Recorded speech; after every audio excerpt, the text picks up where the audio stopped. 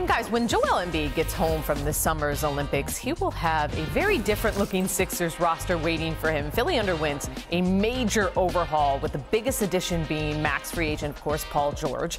And Embiid spoke to our Tim Bontemps about what could be a make or break season this year in Philly.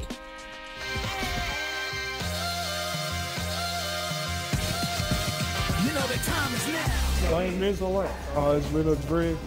I mean, especially with the type of talent that you have, it's just fun to be around it.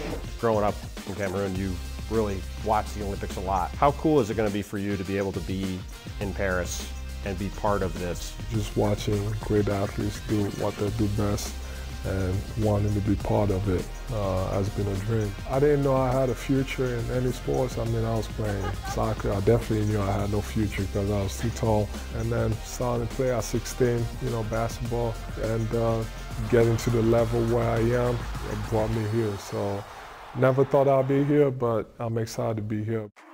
A year ago, there was a lot of uncertainty with the Sixers. The big question surrounding the 76ers right now revolves around James Harden. The expectation is that he has played his last game for the 76ers. Now, you've got Paul George, you've got you, you've got Tyrese Maxey. What is your thoughts on the way things have changed over the last year, where you guys sit? On paper, looks like a pretty good team. When you got a player that, that post up and that ISOs quite a bit, you need to have willing shooters and guys like that, not afraid to pull the trigger. And, PG, great shooter, 40%, then 45, catch and shoot. Tyrese, we know it, great shooter, off the dribble, catch and shoot. I know there's going to be a lot of growing pains, but you just got to stick it together. And the goal is always to win a championship, but it just doesn't happen overnight. Like I said, I've never played with someone so big and dominant like that. He's the best or one of the best centers in the league, bro. Like, that's a beast. It's a dream come true. Like, having a star point guard and a star big, that's a crazy dynamic right there. How much do you think you're going to be able to excel having so many other options out there that can take pressure off of you? It makes me excited because I think that actually might keep me healthy. I don't have to exert myself and, make sure I have to have, 30, 40 every single night for us to win. And, I can let them do their thing. There will be some nights where, they got it going, and that's okay, even if I have 10 or 15. I think the goal is, just to allow, those guys to just be themselves. Like I said, on paper, it looks great, but we still got to go on the court and make it work. Was there a point over the last year where your patience waned at all, where you weren't sure about how this is going to end? I'll be lying to say that, that patience was tested because I'm at the point where, there's no awards, there's no regular season, or there's no All-NBA or All-Stars is going to change the way, my legacy is. The main one is the championship. So when you start thinking about, what you want to be remembered at, you want to be remembered as someone that's won. I just believe that I just get that one chance to be, free and healthy. Along with my teammates, I believe we can beat anybody. Awesome piece, Tim. And now that we're firmly in the offseason, the future for the Sixers seems wide open. That's a big number. Yes. He's now eligible for a contract extension that could see him stay in Philly through 2029. Sixers and Embiid have until opening night to decide if they'll move forward with that extension.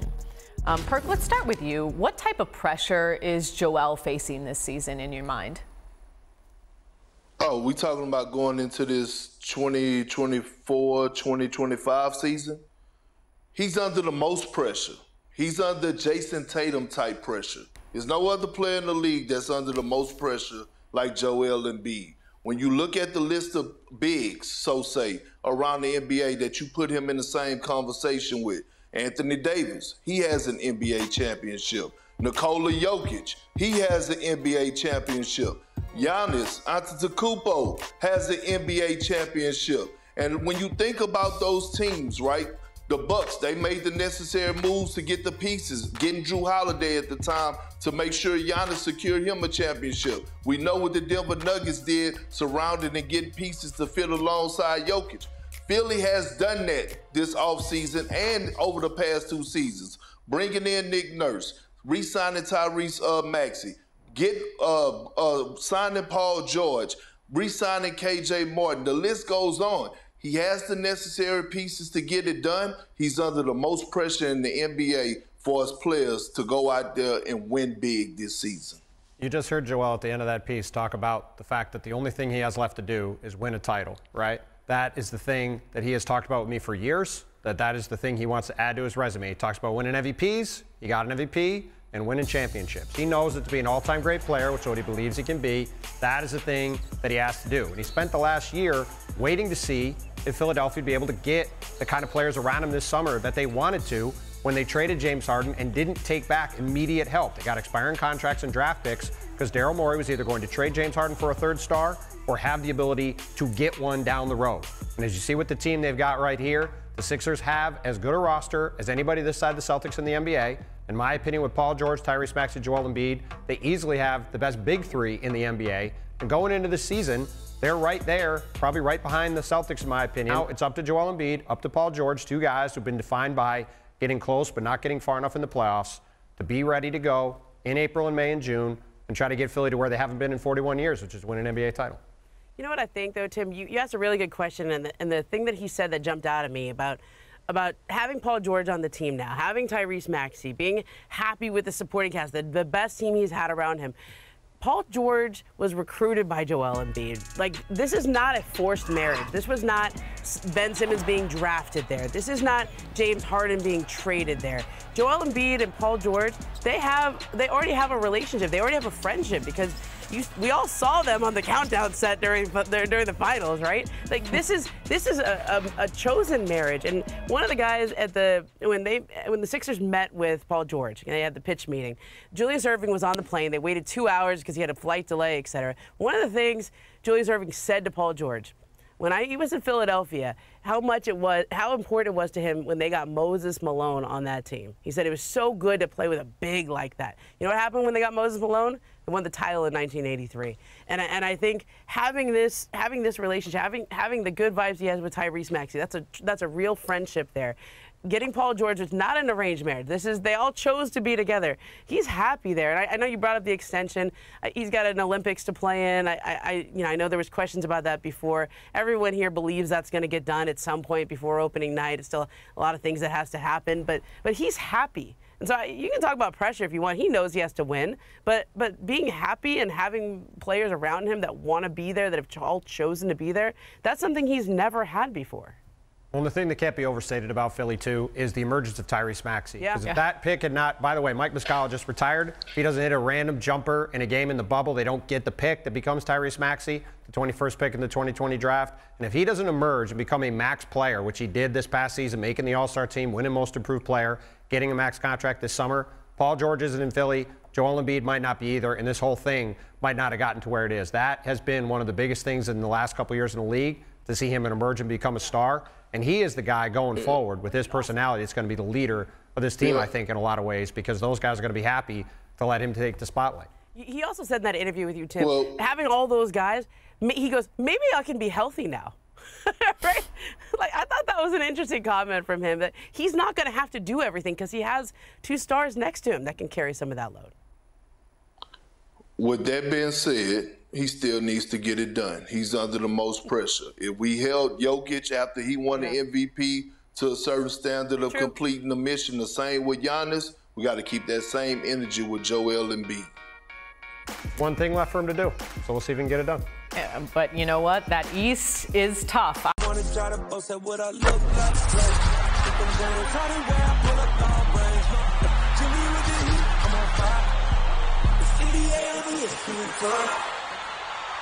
Hey, what's up, guys? Jag from Jaggy Sports here. We're going to talk about Joel Embiid. You guys saw the interview, and obviously Paul George is now a 76er. Everybody knows it by now. Free agency was the summer of Paul George, and he went to the Philadelphia 76ers. after the Clippers and Paul George cannot find a mutual agreement on contract-wise. So now that's moved on. What are the chances of the 76ers really making an impact in the playoffs, right? So rewind 1 year. And the reason why I'm saying that is because you had Giannis teaming up with Damian Lillard. We all thought that was phenomenal, right? We all thought they were going to win the championship. The tides turned. And then all of a sudden you get to what you got to. And that was a horrible season for the Milwaukee Bucks. So their biggest piece was Jrue Holiday. They lost Jrue Holiday in that trade. Now, I'm not saying that the same situation is going to transpire here, because Philly didn't lose anyone. They did not lose anyone. They actually just gained another piece in Paul George. So essentially, not only Paul George, they got Caleb Martin from the Miami Heat, right? And they kept a lot of their pieces intact. So the question here is, what are the chances of the 76ers doing some damage in the regular season, especially in the playoffs? You know, you have every year, it's always called the Wild Wild West. Every year, right? But now it's kind of like, okay, you have 3 teams, if not a couple others, right? You have 3 major teams. You have the Celtics. Then you have the New York Knicks. Obviously, you cannot forget those guys. They did a crazy offseason. And quite frankly, they had one hell of a season, but they were riddled with injuries. In my opinion, they could have beat the Pacers, but, you know, if they were healthy, right? The big question is if they were healthy. So you have the New York Knicks. Then you have, you know, Milwaukee Bucks, who added a piece in Gary Trent Jr. So I don't know if that puts them up on that pedestal, but they certainly did get a little bit better, right?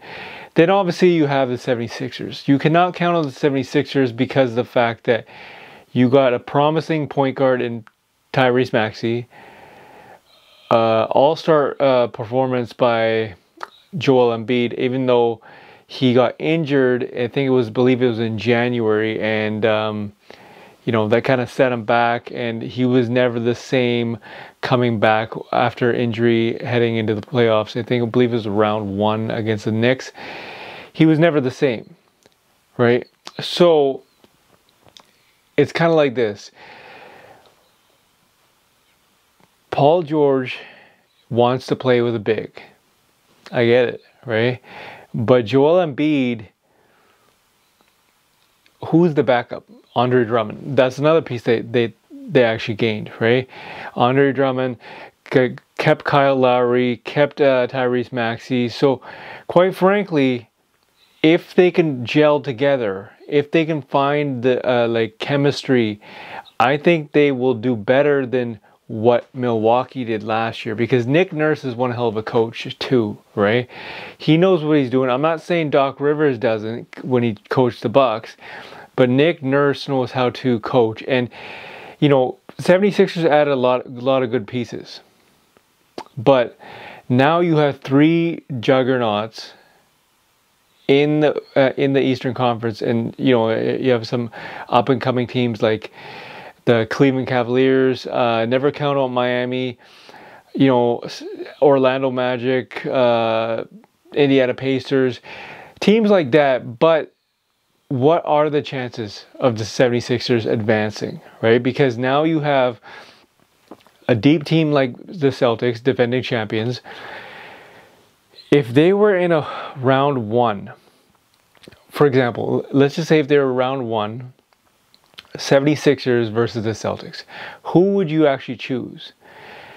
That's going to be a hard one, because if it's round 1, you're probably looking at a healthy Embiid if he doesn't get injured, right? Because a week into the regular season, they're going to take him out. They need Embiid to have his rest, especially considering the fact that he's playing for Team USA right now. So not really getting the off-season rest that he needs, especially considering the fact he's pretty much always injured every year. But then again, injured, no injured, he is a dominant force in the center. And now you got to think to yourself, can a healthy 76ers team beat the Celtics? Can a healthy 76ers team beat the Knicks? Right? If the Knicks were healthy, if the Celtics were healthy, who the hell is going to win this? Like, this topic is up for debate, like, always. Because, you know, we have the Wild Wild West, but now we have the Wild Wild East. And these three teams are battling it out, especially now that you added a lot more pieces to compete with the Celtics, right? And Paul George, he's pretty much an all-star, right? Everybody knows what he can do on and off the, or not off the court, but everybody knows what he can do on the court, right? Take that and mesh it into the 76ers rotation, and you guys are yourself a ball game, or a ball team. So the question here is, for everyone out there, right? 76ers, the Knicks, or the Celtics, who is going to come out on top, right? Who's gonna go further into the playoffs? Out of those three teams, who is going to go further into the playoffs? And hey, guess what? Do we have a runner-up, right? Who is actually going to, like, surpass that and go to the Eastern Conference Finals? So what are the 76ers' chances? I know Joel Embiid wants to play with Paul George. He's got talent around him now. He's saying he doesn't have to do much, but easier said than done, right? You have to have that chemistry together. You have to form, and it doesn't happen overnight. So what are the 76ers' chances now heading into the regular season and obviously the playoffs? Because they're going to make the playoffs. But how much damage can they do in the playoffs, if healthy? Leave a comment in the comments section. As always, Jag from Jaggy Sports.